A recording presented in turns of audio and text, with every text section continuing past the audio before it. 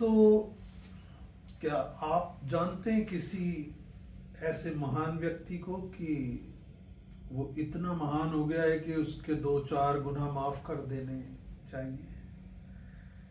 कभी नहीं जान पाएंगे आप, क्योंकि कोई भी इतना महान कभी नहीं हो सकता कि उसको 2-4 गुनाह करने की छूट दे दी जाए।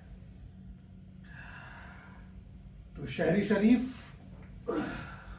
के अगले पड़ाव में और जो पिछले पड़ाव तक हमने देखा कि युक्ता गुप्ता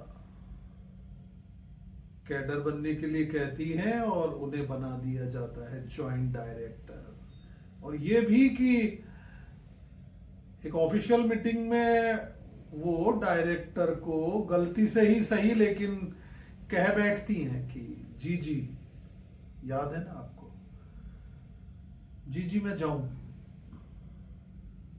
अरे भाई, ऐसा थोड़ी आप करेंगे। अपने ही लोगों को, अपने परिचितों को जरूर काम रखना चाहिए, मौके देने चाहिए, लेकिन जिस काम का उन्हें एक्सपीरियंस ही नहीं है, वो चीख चीख के कह रहे हैं कि हमें बिल्कुल एक्सपीरियंस नहीं है, और आपके इर्द गिर्द, आपके आसपास, आपके साथ काम करने वाले लोग बेशुमार अनुभव रखते हैं, आप भी जानते हैं, लेकिन आप चाहते नहीं कि आपके अपनों के अलावा या आपके अलावा किसी को अवसर मिले। पर सब कुछ चल जाता ठीक से अगर सुशांत सवाल नहीं उठाता, आप महान ही बने रहते और युक्ता गुप्ता जॉइंट डायरेक्टर। लेकिन सवाल ही तो है जो दुनिया बदलता है, कभी कभी जिंदगी भी बदलता है।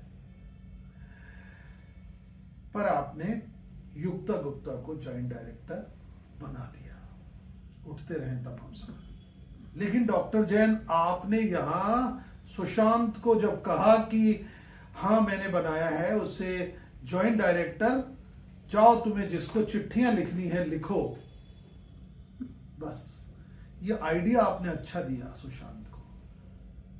क्योंकि अमूमन धमकी देते वक्त अक्सर लोग यही सोचते हैं कि हम जो कहेंगे कौन करने वाला, इसीलिए तो हम बड़ी बड़ी बातें कई बार कह देते, जाओ जो करना है वो कर लो, जाओ जो उखाड़ना है उखाड़ लो, जाओ तुम पे जो बन पड़े वो कर लेना। आपने जब कहा कि जाओ जिसको चिट्ठी लिखनी है चिट्ठी लिखकर सवाल पूछ लो, शिकायत कर दो, चिट्ठी तो आपको बोलना पड़ा, पर आप भी वो धौंसिए की तरह ही थे, आपने भी धौंस ही दी थी। तो सुशांत ने लिखी चिट्ठी, इतनी चिट्ठी लिखी कि आप घबरा गई, बाकी लोग भी। तो देखते हैं शहरी शरीफ के इस हिस्से में चिट्ठियां जिनका कभी जवाब नहीं आया।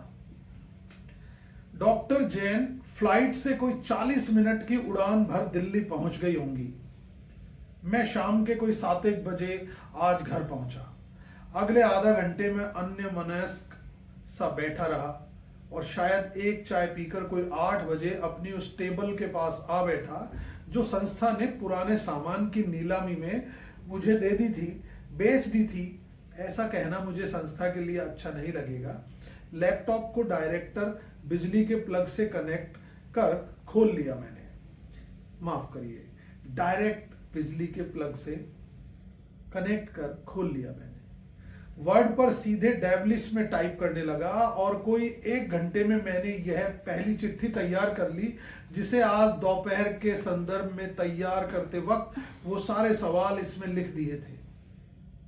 चिट्ठी में लिखा, क्यों ऐसा किया कि युक्ता गुप्ता को नियुक्ति जॉइंट डायरेक्टर के पद पर दी गई, जबकि उन्होंने तो कैडर के लिए अप्लाई किया था। उन्हें शिक्षा में काम करने का राज्य सहित देश भर का कोई अनुभव भी नहीं है।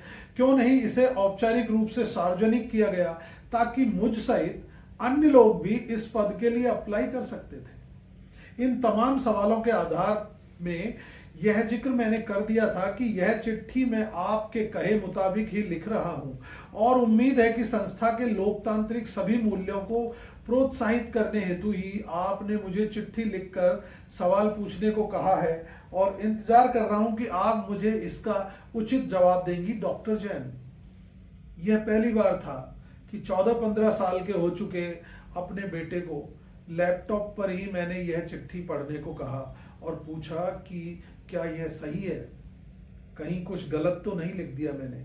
उसने ध्यान से चिट्ठी को पढ़कर कहा, यह तो सही है। मैंने एक और सवाल उससे किया कि इसमें कुछ ऐसा भी लग रहा है क्या कि जिससे मेरी ही नौकरी पर बन आए। बेहद दृढ़ता और स्पष्टता से उसने कहा, यह तो बिल्कुल सही है। सवाल पूछने की आपको छूट है और यदि आप गलत नहीं कर रहे तो नौकरी की बिना परवाह किए आप भेजो इसे। इस समय कुछ ऐसी ही हिम्मत चाहिए थी मुझे जो किन्हीं मूल्यों के मार्फत मिली हो। रात को 9 साढ़े 9 बजे के करीब यह चिट्ठी मैंने डॉक्टर जैन के पर्सनल सहित संस्था के ईमेल पर भी भेज दी। मन हल्का हो गया था। दिल्ली में कुछ भारी हुआ हो तो मुझे नहीं पता लगता भी कैसे। चिट्ठी का कोई जवाब नहीं आया। दिल्ली से 3-4 दिन बाद जब डॉक्टर जैन लौटी तो मैंने सोचा बुलाकर बात करेंगी, नहीं की। मैंने सोचा इस पर कार्यकारिणी के साथ, अध्यक्ष के साथ विचार विमर्श कर जवाब देंगी तो इसमें समय लगेगा, तो मैं इंतजार करने लगा। ऑफिस चलने लगा। काम कोई नया नहीं आया था, लेकिन डायरेक्टर के साथ जॉइंट डायरेक्टर बन युक्ता गुप्ता आ चुकी थी। नहीं आई थी तो कोई चिट्ठी नहीं आई थी, कोई जवाब नहीं आया था और इस बात को 3 से ऊपर महीने हो गए थे। कुछ भी नहीं बदला था सिवाय युक्ता की तनख्वाह के, जो 20 से बढ़कर 40 हो गई थी। क्या लगता है आपको? क्या सलाह है मेरे लिए कि मुझे क्या करना चाहिए? चुपचाप अपना काम। पर मैं अब भी फील्ड में सैकड़ों बच्चों, नौजवानों, शिक्षकों और बहुत से लोगों को यही सब तो कहता था, सीखने के लिए सवाल करो, बराबरी के लिए आवाज उठाओ, हर शोषण के खिलाफ सवाल उठाओ और तरह तरह के उदाहरण देता। और इनमें वो सब उदाहरण भी होते थे जो डॉक्टर जैन से सुने थे, सीखे थे और इनमें सभी शामिल होते थे। गांधी, प्लेटो, अरस्तु, सोक्रेटिस, टैगोर, विवेकानंद, बिज्जी, तिज्जी, चौथी, सब। तो मेरा जी घबरा जाता, मन उछट जाता और यह मुझे गलत तो लगता ही, अपमान भी लगता। पहले खुद का और बाद में लोगों का, जो बड़े भरोसे से मुझे सुन रहे होते, मेरा बताया मान रहे होते, मेरा लिखा पढ़ रहे होते। मेरे लिए वैसा बना रहना और करना जरूरी है जैसा मैं लोगों को करने को कह रहा हूं। और ऐसा मैं तभी बना रह सकता हूं जब मैं अपनी स्थितियों में शोषण, गैर बराबरी के खिलाफ सवाल उठाऊं और एक बार सवाल उठाकर ही इतिश्री ना कर लूं, बार बार उठाऊं सवाल बिना डरे, लेकिन संवैधानिक तरीकों से ही, कानून के दायरों में रहते हुए ही। तो कोई लगभग 4-1 महीने बाद मैंने पहली चिट्ठी का हवाला देते हुए दूसरी चिट्ठी लिखी और फिर इंतजार किया। मैं अपने स्टाफ में भी बताने लगा कि मैंने एक और चिट्ठी लिखी है। 1-2 साथी मुझे यह बता देते थे कि हाँ आपने लिखी है, डॉक्टर जैन हमें बता रही थी आपके पीछे से। 1-2 दोस्त अब भी ऐसे बचे थे जिन्हें मैं यह सारे द्वंद्व और चिट्ठी सबूत सहित बताता था। मैं ऐसा करके शायद खुद को मैनेज करता था। एक ही दोस्त ऐसा बचा था जो सुनकर समझता भी और मुझे कहता भी था, तू इतने सालों से यह सब कर रहा है, क्या हुआ? तू जानता नहीं है क्या इस महिला को? तू अपने आने वाले खर्चों को ध्यान में रख और दूसरी जगह काम कर। यार फिर सब ऐसे ही भागते रहे तो? वो मुझे बोल देता, पागलपंती मत कर, तू इनका कुछ नहीं कर सकता, तू इनको जानता नहीं है क्या? मैं अगली चिट्ठी एग्जीक्यूटिव के सदस्यों के नाम भी लिखूंगा। वो कहता, बावली बात मत कर, एग्जीक्यूटिव के लोग डॉक्टर जैन की ही मानेंगे, तेरी क्यों सुनेंगे? क्यों नहीं सुनेंगे? वो मेरी भी तो एग्जीक्यूटिव है, वो जरूर सुनेंगे और डॉक्टर जैन से पूछेंगे कि बताइए ये सारे सवाल तो सही हैं। और डॉक्टर जैन अगर उनके कहने पर भी यदि अपनी मनमानी करती है तो वे ऐसी एग्जीक्यूटिव के सदस्य क्यों रहेंगे? वे इस्तीफा दे देंगे। वे सब कोई तनख्वाह थोड़ी लेते हैं यहां से, वे तो अवैतनिक सदस्य हैं, सभी बड़े पदों से रिटायर्ड हैं। न सिर्फ अच्छी पेंशन आती है बल्कि उनकी स्वच्छ, ईमानदार और अनुभवी छवि भी है उनकी। मेरा अपना ही एक यूटोपिया था कि मैं ये करूंगा तो ऐसा हो जाएगा, वो लोग ऐसे पद पे हैं तो ऐसे होंगे, इतने बड़े ईमानदार वो दिखते रहे तो अभी भी वो ईमानदारी से ही डिसीजन लेंगे। दोस्त यह सब सुनता, चुप हो जाता, फिर या तो वो चला जाता या मैं लौट आता अपने घर। अक्सर दूसरी चिट्ठी को भी दिए कोई 2-3 महीने अब हो गए थे। संस्था में वही सब चलता जो चलता रहा था। इसमें डॉक्टर जैन का तो सब व्यवहार भी यथावत था कि जिसमें वे नए नए तरीके से मुझे नजरअंदाज करने की कोशिश करती, मेरे लगभग हर एक अवसर को खत्म करती, और वे जब तब टेबल पर मेरी उनके साथ तार्किक मुद्दों, सामाजिक हालातों और शिक्षा में बेहतरी के मसलों पर सवालों से शुरू हुई बातचीत, बहस, विवाद और छोटे मोटे युद्ध में तब्दील हो जाते। मैंने टेबल पर अपने स्वर को हमेशा संयत बनाए रखा, भाषा को संवैधानिक रखा, और कभी डॉक्टर जैन के पीछे से उनके बारे में कोई गलत बात न बोली, न बुराई की। यह मेरी स्ट्रेटजी थी, वरना मैं कब का ही यह लड़ाई हार चुका होता। हालांकि जीता मैं अभी तक नहीं था, लेकिन मैं कोई मौका उन्हें ऐसा नहीं देना चाहता था कि उन्हें मेरी नौकरी खाना आसान हो जाए, जबकि उनका एक ही तो मकसद रह गया था, मेरी नौकरी खा जाना। तो युक्ता गुप्ता जॉइंट डायरेक्टर बनी रही, काम ज्यों का त्यों था, कोई बदलाव, कोई बेहतरी या बढ़ोतरी उसमें नहीं हुई थी। युक्ता गुप्ता ने डॉक्टर जैन को जीजी क्यों बोला, यह बात मेरे मन में थी। दरअसल यही तो बात थी। इस पर मैंने युक्ता से या डॉक्टर जैन से कभी कोई बात नहीं की थी, पर मुझे करनी थी। हर एक मुद्दे पर बात जो मेरे अधिकार में थी, जो संस्था के मूल्यों में शामिल थी। और यह संस्था किसी बनिए की दुकान तो थी नहीं, एक अच्छी खासी एग्जीक्यूटिव के सदस्यों से सुशोभित थी संस्था, और इस एग्जीक्यूटिव के एक अध्यक्ष थे, और इसी नाते संस्था के भी अध्यक्ष थे, और इसी नाते वे मेरे भी तो अध्यक्ष थे। भारत सरकार में सबसे ऊंची मानी जाने वाली एक पोस्ट IAS यानी भारतीय प्रशासनिक सेवा के सदस्य थे ये अध्यक्ष। पूर्व में जो अध्यक्ष थे उनके रहते ये उपाध्यक्ष थे, और जब हृदय गति रुक जाने से राय साहब नहीं रहे तब से ये अध्यक्ष हैं। डॉक्टर जैन अक्सर दर्शन पर बात करती हुई सैकड़ों बार यह वाक्य बोलती थी कि चाकू है और वो काटता नहीं है तो वो चाकू नहीं है, शिक्षक है और वो पढ़ाता नहीं है तो वो शिक्षक नहीं है। मैं भी तो यही पूछ रहा हूं इनसे, अध्यक्ष हैं और एग्जीक्यूटिव है और सिस्टम है, और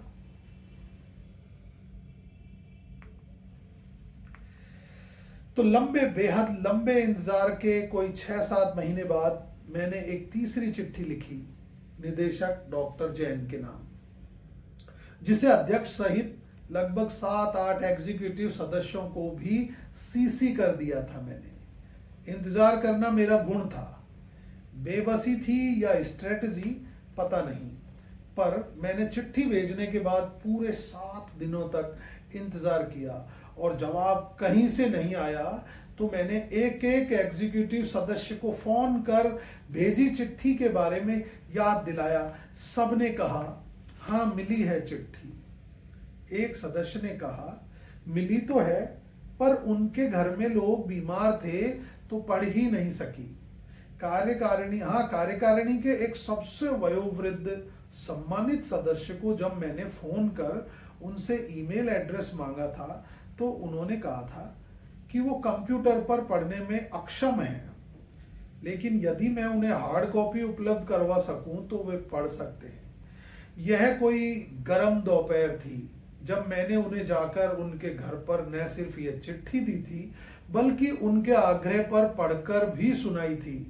एक महिला ने मुझे ठंडा शरबत यहां दिया, जिसका परिचय उन्होंने करवाते हुए कहा था यह बहू है उनकी। यह चिट्ठी A4 साइज के कोई 3 पन्नों में थी, लंबी थी, पर हर एक बात क्रम से, तर्क से साफ साफ लिखी थी, जो सवाल करती नजर आती थी, और मेरी तकलीफ के साथ कुछ और भी बयां कर रही थी। चिट्ठी सुनने के बाद इन्होंने पूछा था, पर ये युक्ता कौन है, कहां से आई है? मैं तो नहीं जानता। हाँ, पर जो सवाल तुम इस चिट्ठी में उठा रहे हो उसके आधार पर तो इसका सिलेक्शन नल एंड वॉइड है। तुम जाओ, मैं अध्यक्ष से और डॉक्टर जैन से भी बात करूंगा। मैंने कहा था, सर कौन है ये तो मैं नहीं जानता, लेकिन यदा कदा इन्हें डायरेक्टर को जी कहकर बोलते संबोधित करते सुना है मैंने। एक लंबी हूं इन्होंने की थी। मैं चिट्ठी देकर आ गया था। बाहर तेज धूप और गर्मी अभी भी मेरा इम्तिहान ले रही थी। एक और पुरुष सदस्य ने जब मैंने उन्हें फोन किया तो कहा था घर आ जाना, और शाम को दिए गए समय पर मैं इनके घर पहुंचा था। बड़े कॉम्प्लेक्स के शायद तीसरे माले पर थे ये। चौकीदार ने पहले फोन किया और इन्होंने इजाजत दी तो मैं इनके सामने पहुंचा था। बहुत प्यार से इन्होंने बात की थी मुझसे और सलाह भी दी थी कि यार तुम और कहीं अपना देख लो, यह महिला किसी की नहीं सुनती, इसके सामने कोई नहीं टिकता। और यह भी कह दिया कि ये महिला मुझे भी वैसे कभी पसंद नहीं करती, पर मैं हूं इस बोर्ड में और मैं जब तब सवाल भी उठाता हूं तो उन पर कोई एक्शन नहीं लिया जाता। और ये जो अध्यक्ष है, मैं अभी यहां लिख नहीं सकता। क्या नहीं कहा था इन्होंने, पर एग्जीक्यूटिव के बारे में बिना कहे ही बहुत कुछ समझकर उन्हें बार बार धन्यवाद देता सीढ़ियों के सहारे चलता हुआ मैं वापस आ गया। हालांकि शानदार लिफ्ट दिख रही थी मुझे, पर जब नीचे ही आना है तो क्या लिफ्ट। मैंने एक एक सदस्य को फोन किया था। एक नई बनी सदस्य ने कहा था, पहले भी किसी वक्त अध्यक्ष से आपके और डॉक्टर जैन के मसले पर बात की है मैंने। वे आपको गलत नहीं मानते, लेकिन वे डॉक्टर जैन का लिहाज सम्मान बहुत करते हैं। पर आप चिंता मत कीजिए, हम आपकी बात को रखेंगे। एक और वरिष्ठ सदस्य के घर में हार्ड कॉपी लेकर शाम के वक्त पहुंचा था। कोई 2 घंटे तक मैं इनके 6 या 7वें माले के फ्लैट में था। इनके सामने इन्होंने मेरे सामने चाय, मठरी और भी कुछ रखा था और चिट्ठी के साथ ही मुझे पूरा सुना भी था। अपने अनुभव भी सुनाए थे जो डॉक्टर जैन और नए अध्यक्ष के साथ के थे। हाँ, इन्होंने भी कहा था कि आप सही कह रहे हैं सुशांत, जानती वो भी नहीं है कि युक्ता कौन है, लेकिन अध्यक्ष कोई सही निर्णय लेंगे इस पर इन्होंने कोई 5-6 बार शक जाहिर कर दिया था। रात खूब घनी हो गई थी जब मैं घर लौटा। पता नहीं कब घर लौटूंगा अब मैं, यह सवाल मेरे घर में घुसते ही घर पूछता था। मैं चुप रहता था और सबसे अंत में मैंने एक दिन अध्यक्ष को फोन किया, इस चिट्ठी के कोई लगभग 10-12 दिनों बाद। उन्होंने घर आने का टाइम दिया था। शाम को 5-1 बजे गेट पर एंट्री कर मैं 7वें माले पर लिफ्ट से ऊपर पहुंचा और इनके दरवाजे पर लिखे इनके नाम के पास लगी घंटी मैंने बजा दी। दरवाजा खुलते ही बड़ी मुस्कुराहट के साथ हाथ बढ़ाते हुए इन्होंने मुझे अंदर आ बैठने का संकेत किया। स्वागत लगा मुझे। डाइनिंग हॉल में रखी एक सिंगल सोफा कुर्सी पर मुझे बैठने को कहा गया। पास ही की एक और सोफा कुर्सी पर ये बैठ गए। मुझे पानी पकड़ाकर सामने रखी टेबल पर एक ट्रे और रख दी थी इन्होंने, जिसमें नमकीन सहित और भी 2-3 चीजें रखी थी। मैंने पानी का घूंट भरा। इन्होंने ट्रे की ओर इशारा करते हुए कहा, लो। मैं ले लूंगा सर, कहते हुए मैं मानो फिर से ठीक से बैठ गया था चेयर पर। यह इनके साथ दूसरी रूबरू मीटिंग थी। इससे पहली एक वो थी कि जब मैं यात्रा से लौट रहा था शाम के वक्त और इनका फोन आया था और मैं इनसे जाकर मिला था किसी एक ऑफिस में कि वहां के भी ये अध्यक्ष थे। इसके बाद कोई 3-1 साल गुजर गए। मैं दोबारा इनके सामने इनके घर पर बैठा था, इस उम्मीद में कि वे सुनेंगे, न्याय करेंगे और न्याय करते समय वे नहीं करेंगे किसी का लिहाज, नहीं आएंगे वे किसी के दबाव में। अक्सर मुस्कुराकर बात करने वाले और चलती बात के बीच से व्यंग की चुटकी लेने वाले मेरे अध्यक्ष ने मुस्कुराते हुए ही मेरी ओर देखते हुए कहा, बताइए क्या कर सकते हैं, मैंने पढ़ी थी आपकी चिट्ठी। इन्होंने पास की टेबल पर रखे कुछ पन्ने हाथ में उठा लिए थे। मैंने देखा ये मेरे द्वारा मेल की गई हार्ड कॉपी के पन्ने थे। सर, जो भी कुछ बात थी वो सब मैंने इस चिट्ठी में लिख दी है। अच्छा, आपको पता नहीं था क्या कि युक्ता का इंटरव्यू जॉइंट डायरेक्टर के लिए हुआ है? नहीं सर, उन्होंने तो एप्लीकेशन सीनियर कैडर के लिए लगाई थी। यदि मुझे बताया होता या ऑफिशियली इसकी कोई सूचना मिलती तो मैं भी इस पद के लिए अप्लाई कर सकता था, या ऑफिस में से ही कोई और भी। इतना सब मैं बोल चुका, तब उन्होंने नरम लहजे में पूछा, अच्छा अब तुम क्या चाहते हो? सर, मैं चाहता हूं कि संस्था में जो भी कुछ हो, खासतौर पर इस तरह की नियुक्तियां, तब सारी प्रक्रियाएं नियमानुसार पारदर्शी तरीके से अपनाई जाएं। यदि किसी तरह का कोई बड़ा बदलाव हो तो उसकी भी सूचना समय रहते ऑफिस में सबको होनी चाहिए। इस नियुक्ति में किसी भी तरह के नियमों की पालना नहीं हुई है और यह होना संस्था में लोकतांत्रिक प्रक्रियाओं के लिए तो नुकसानदायक है ही, साथ ही वहां जो लोग काम कर रहे हैं उनकी डिग्निटी के विरुद्ध भी है। यह गलत हुआ है, इसकी आवाज मैंने पहले दिन ही उठाई थी। डॉक्टर जैन के कहने पर मैंने उसी दिन शाम को लिखित में अपनी आपत्तियां प्रकट करते हुए चिट्ठी भी निदेशक के नाम लिख दी थी। मैंने अपने पास रखी हुई चिट्ठी का प्रिंट दिखाते हुए उस पर लिखी तारीख भी पढ़कर प्रेसिडेंट को सुनाई। मैंने आगे कहना जारी रखा, इस चिट्ठी के लगभग 2.5-3 महीने हो जाने के बाद भी न इसका कोई जवाब दिया गया, न किसी निर्णय पर कोई कार्यवाही की गई। अध्यक्ष ने यह जता दिया था कि इस चिट्ठी की कोई जानकारी डॉक्टर जैन ने उन्हें नहीं दी है। मैंने रिमाइंडर लेटर के तौर पर लिखी दूसरी चिट्ठी उन्हें दिखाई, जो मैंने पहली चिट्ठी के कोई 2-2.5 महीने बाद लिखी थी। इस चिट्ठी के बारे में भी अध्यक्ष को कोई जानकारी नहीं थी। अध्यक्ष ने लगातार सुनते हुए मुझसे एक सवाल किया जो कतई लयबद्ध तर्कबद्ध नहीं था। उन्होंने अनौपचारिक से लहजे में कहा, आपको युक्ता से क्या दिक्कत है? मैंने बेहद सधे हुए सुर में संयत होते हुए लेकिन मजबूती से उन्हीं से एक सवाल कर डाला। मैंने सर कब कहा कि मुझे युक्ता से कोई दिक्कत है, बल्कि मुझे तो वो अच्छी लगती है। हालांकि मेरे सहित कार्यालय के सभी लोगों के साथ उनका काम करने का कोई अनुभव नहीं है। मैंने तो प्रक्रिया पर ही सवाल उठाया है और प्रक्रिया के साथ संस्था की इमेज और अपेक्षाओं के मद्देनजर कुछ उन बातों को चिट्ठी में लिखा है कि जिनको स्वयं युक्ता कहती रही है या डॉक्टर जैन ने उनका परिचय करवाते हुए कही थी, बकौल युक्ता, मेरा शिक्षा में काम करने का कोई अनुभव नहीं है। इस राज्य सहित भारत में मैंने कहीं भी कभी कोई शिक्षा में काम नहीं किया है। मैं तो पिछले लगातार 20 वर्षों से थाईलैंड में थी क्योंकि वहां मेरे पति थे, और अब जबकि वो वापस भारत आ गए हैं तो मैं भी भारत लौट आई हूं हमेशा के लिए।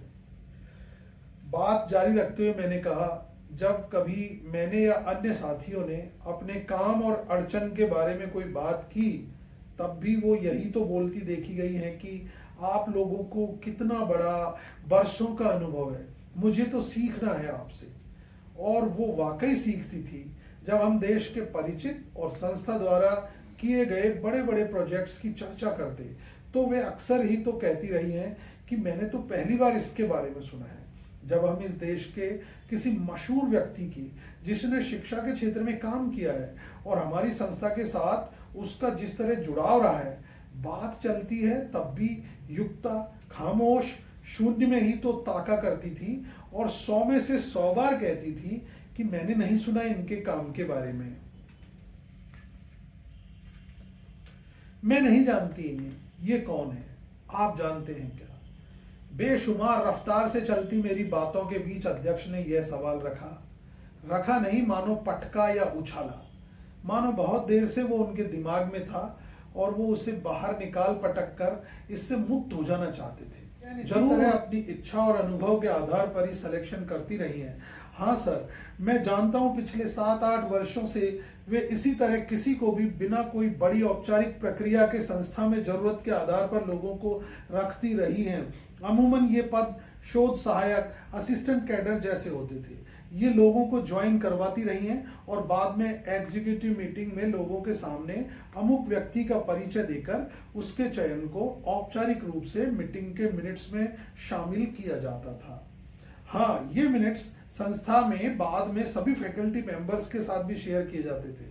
और मुझे याद आ रहा है कि पिछले कोई 5-1 साल से मीटिंग के मिनट्स हम कैडर के लोगों के साथ शेयर करना बंद कर दिया है। शेयर करेंगे तो वो सुशांत के हाथ में भी पहुंचेंगे ना। एक दुश्मन को मारना है तो पूरी बिल्डिंग को ही उड़ा दो। कुछ यही अप्रोच मुझे तो ऐसा महसूस हुआ। मीटिंग में शामिल लोगों को उनके व्यक्तिगत मेल आईडी से ही अब मिनट्स भेजे जाने लगे हैं और ऐसे में आप सहित कोई अन्य भी सोच सकता है कि यह प्रक्रिया लोकतांत्रिक तो कतई नहीं है और देश के संविधान में भी इस बाबत कोई बड़ा संशोधन फिलहाल तो नहीं हुआ है कि अब संस्था अपने मिनट्स अपने पसंदीदा लोगों को ही भेजे। सबको भेजने थे ना, बंद कर दिए ये प्रक्रिया। डॉक्टर जैन क्यों करने लगी थी, किसके डर से यह सब कर रही थी? मुझ मामूली से तो वे बिल्कुल नहीं डरती होंगी, पर हाँ वो मेरे सवालों से डरती थी, डरने लगी थी। और सवाल ही तो बताएगा कि आप मामूली हैं या। तो सर, मैं मानता हूं कि डॉक्टर जैन ये सब करती रही हैं, लेकिन सर यहाँ 2 बातें मैं कहना चाहता हूँ। पहली तो ये कि नियुक्तियां अस्थायी तौर पर होती थी, प्रोजेक्ट विशेष मात्र के लिए होती थी और यदि जरूरी और कानूनी रूप से जरूरी था तो इन्हें भी उचित प्रक्रियाओं के द्वारा ही लिया जाना था। और दूसरी बात यह है कि उनके द्वारा की गई नियुक्तियों पर आज तक किसी ने सवाल नहीं उठाया था।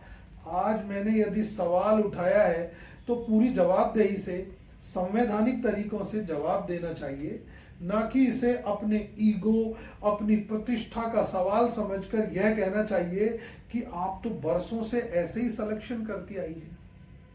और सर, यह किसी मामूली पोस्ट की नियुक्ति नहीं है, यह संस्था के जॉइंट डायरेक्टर पद पर नियुक्ति है जो जवाबदेही, अनुभव और नियम कायदों का पालन चाहती है। यह संस्था की इमेज का भी सवाल है। जिस नाम में डायरेक्टर लग जाता है वह संस्था का चेहरा बन जाता है।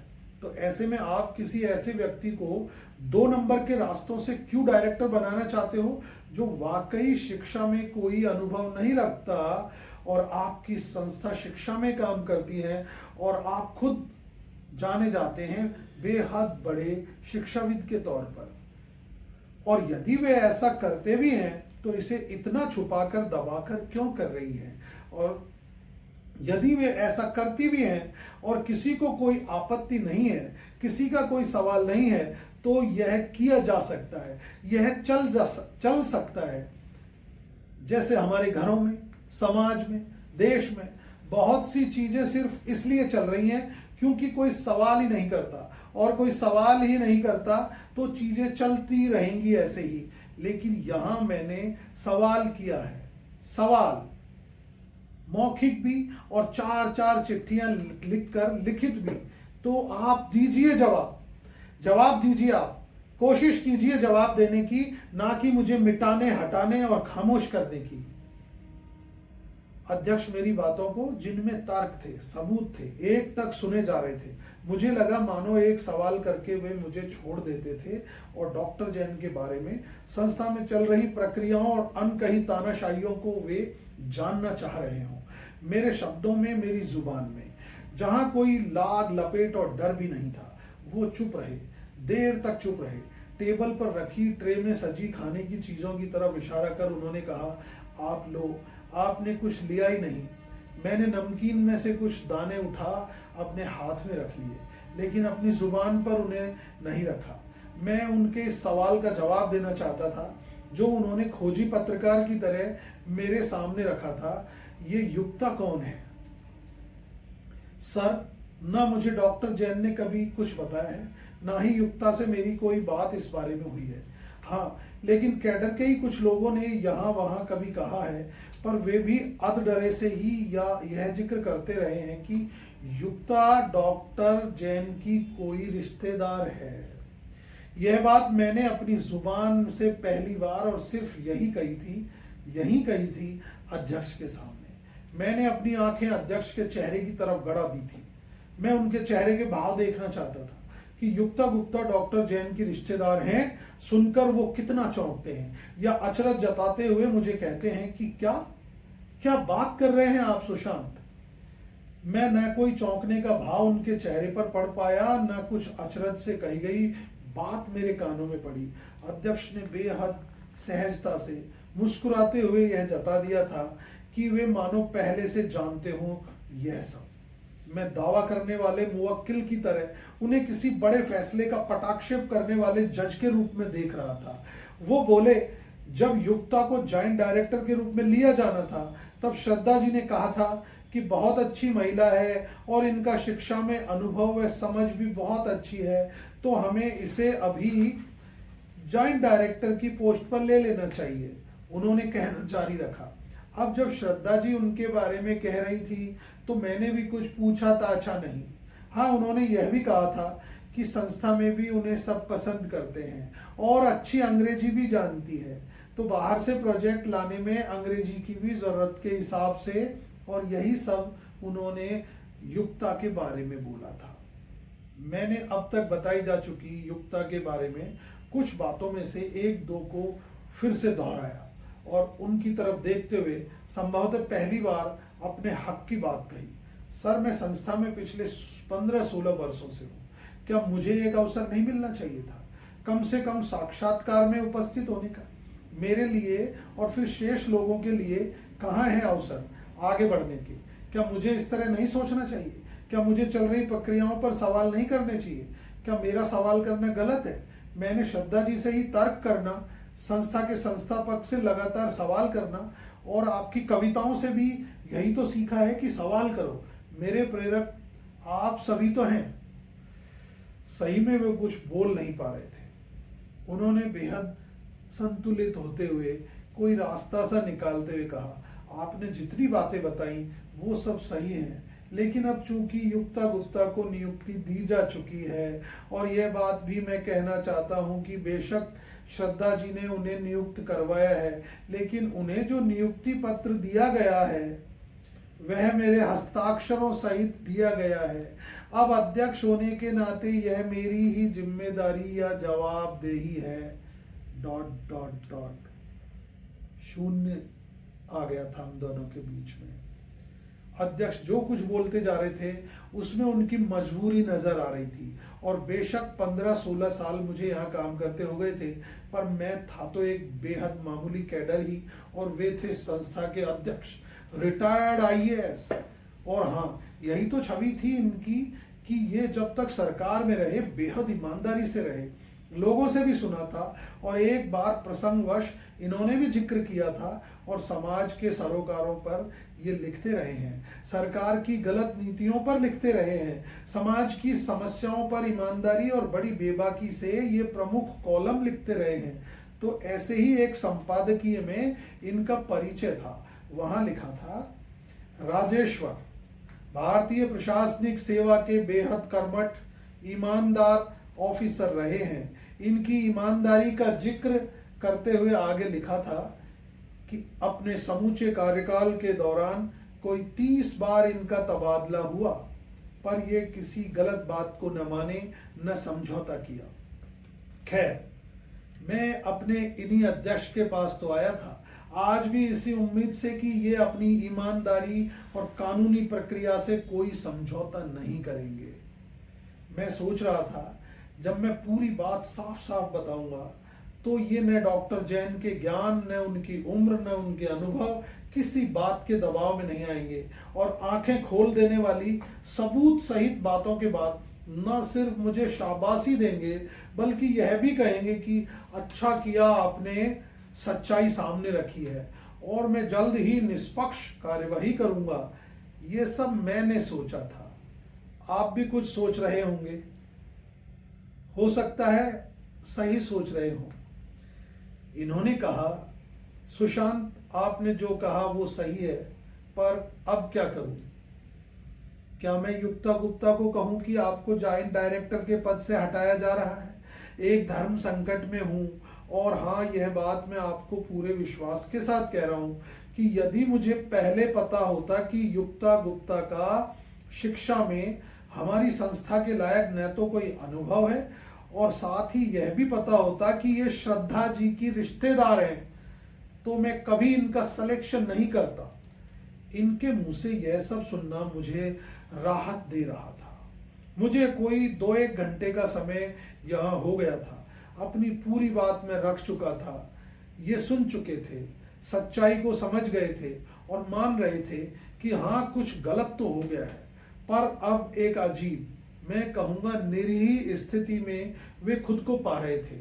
उनके मुंह से यह भी निकला कि देखिए, अभी इन्हें जॉइंट डायरेक्टर के पद पर लिया है, तो आगे जब डायरेक्टर की पोस्ट निकालेंगे तो आपको भी सूचित करेंगे, आपको भी चांस देंगे। मैं इस बारे में श्रद्धा जी से भी बात करूंगा। मैंने 1-2 लंबी सांसें भरी और यही कहा, मैंने अपनी तरफ से जितनी बातें कही हैं, मैं हर एक के लिए जिम्मेदार हूँ, और सवाल तो अपनी जगह पर कायम है ही। ये मंजे हुए आदमी तो हैं, पर इतने मजबूर क्यों हैं कि इन्होंने, जब मैं आने के लिए उठ रहा था तो कहा, इस स्थिति में बताइए, मेरी जगह यदि आप होते तो क्या करते? एक बात मेरे दिमाग में कौंधी, किसी बड़े ओहदे से आदमी कभी बड़ा नहीं हो सकता। ईमानदारी अधूरी कभी नहीं होती। आदमी को ईमानदार कहकर तभी उसका जिक्र किया जाए जब वो अपने पद और कर्तव्यों पर अंत तक ईमानदार रहे, अंत तक। जैसे इस संस्था का संस्थापक बेहद मशहूर शिक्षाविद मिस्टर बर्डिया रहा, वरना तो क्या तो गांधी, सुकरात, प्लेटो, अरस्तु को अपना हथियार बनाकर चलाने वाली डॉक्टर जैन, और क्या 30-40 ट्रांसफर के बूते ईमानदार रह चुका एक आईएएस ऑफिसर। तो जब अध्यक्ष के मुंह से यह निकला कि मेरी जगह आप होते तो क्या करते, मैं बेहद तंज से मुस्कुराकर अपने अध्यक्ष से बोला था, अब मुझे कुछ नहीं कहना है। गेट तक वो मुझे छोड़ने आए थे। मेरे पीठ घुमाते ही उन्होंने दरवाजा बंद किया। मुझे लगा वो बुदबुदाए होंगे। उफ, क्या आफत है। और मैं लिफ्ट होने के बावजूद सीढ़ियों से पैदल चलकर नीचे आ गया। शहर की सारी लाइटें जल चुकी थी, पर मुझे अब भी कोई साफ रास्ता नजर नहीं आ रहा था। भारी मन से एक बार फिर घर लौट आया था मैं।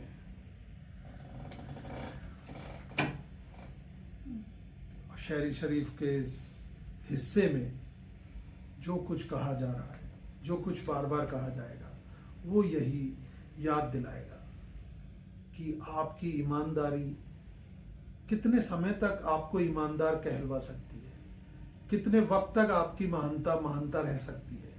यदि आप ईमानदार हैं तो पूरे ईमानदार हैं जब तक आप किसी भी पद पर हैं, वरना ये नहीं कि मैं अमुक इतने वर्ष तक ईमानदार था, आजकल मैं अलग तरीके से सोचता हूँ।